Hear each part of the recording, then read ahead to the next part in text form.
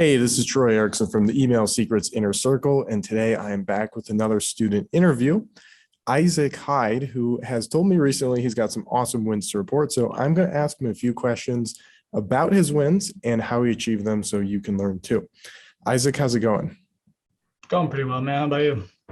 I'm doing amazingly well, and I'm happy to hear that it sounds like you've got some wins. So first question I always like to ask my students is, how the heck did you get into the world of email copywriting? Um, I was working retail and I wanted to make a lot of money quickly, and I didn't want to have to be in college for like 13 years in order to do it. And just so happened that I got targeted by one of Dan Locke's things, and a bunch of K later, I ended up going off on my own, and yeah, that was the beginning of it. So what kind of store were you working at? I mean, I had like a temp job thing, but I mean, I helped close a sports store, like, tear it down and everything like that. Target, just typical retail stuff. Um, yeah, stocking and whatnot. Sounds like fun. Now it sounds like you were in school, is that correct? And what were you planning on studying? So I went to school for music, and yeah, so super financially lucrative, right? Funny thing about it is I didn't even end up getting the degree because the dancing class I took for my physical elective was worth 1 credit instead of 3.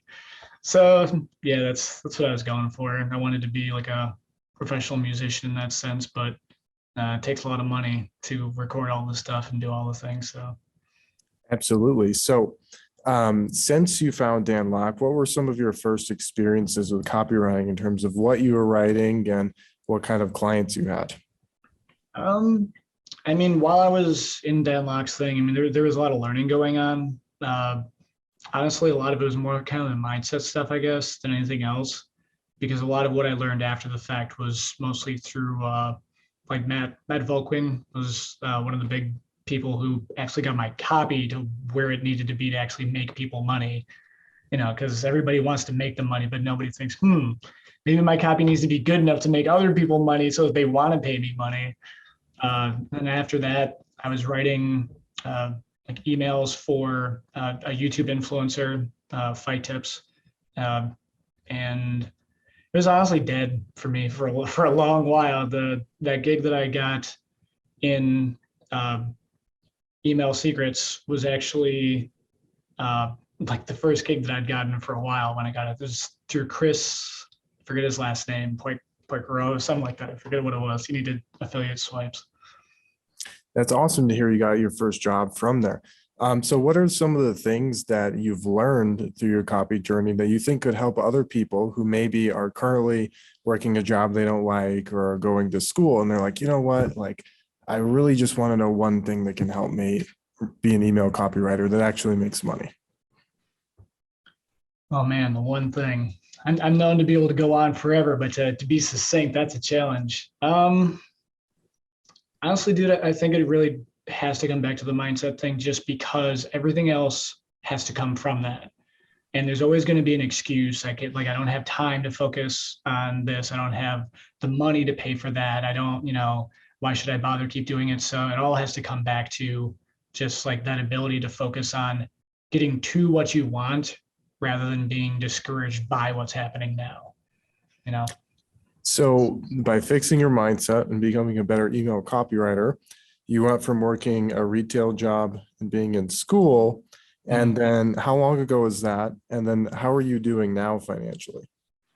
So when I was working the retail job, that was about 2019. My last job was putting a bunch of drywall tape in boxes and moving it down a line and waiting for a machine to cover it in plastic. And then uh, once I got into copywriting, a lot of it was mostly investing in it for a while. And then now like December, I made about 11K.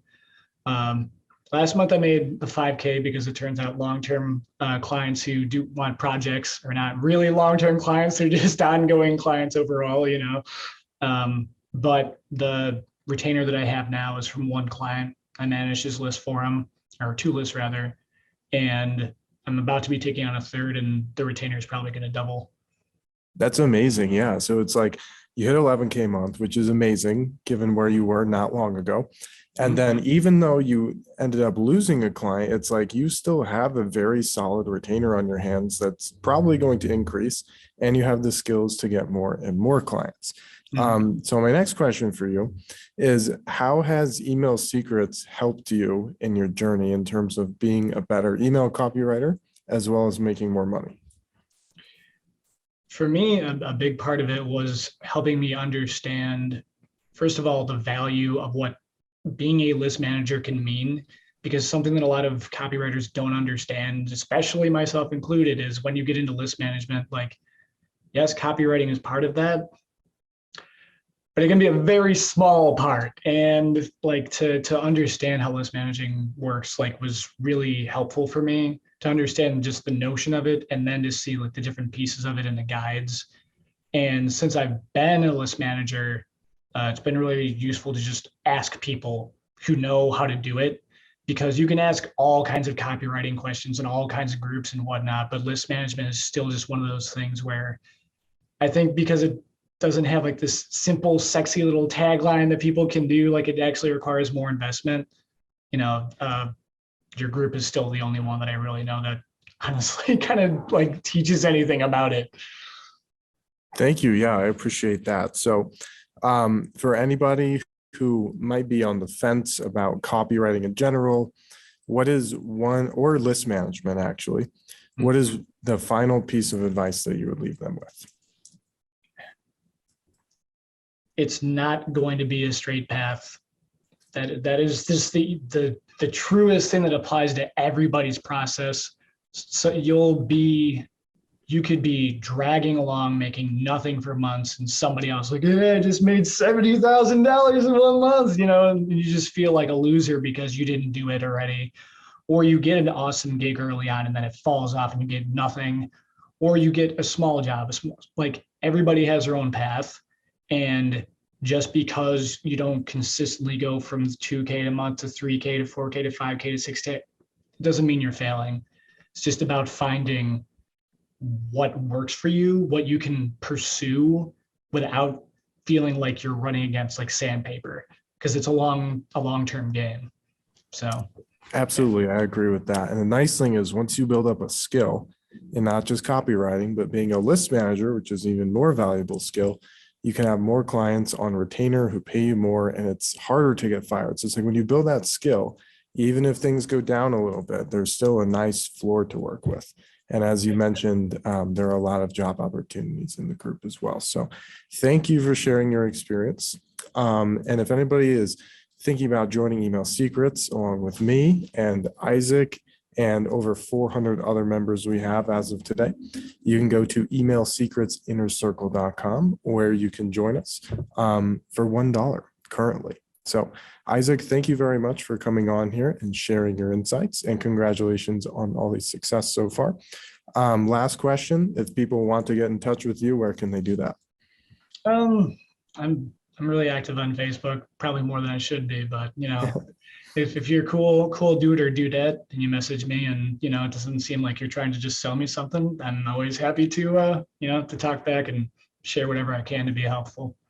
Sounds great. Well, thank you very much. And to everybody who's watching or listening, thank you as well, and hope you have a great day.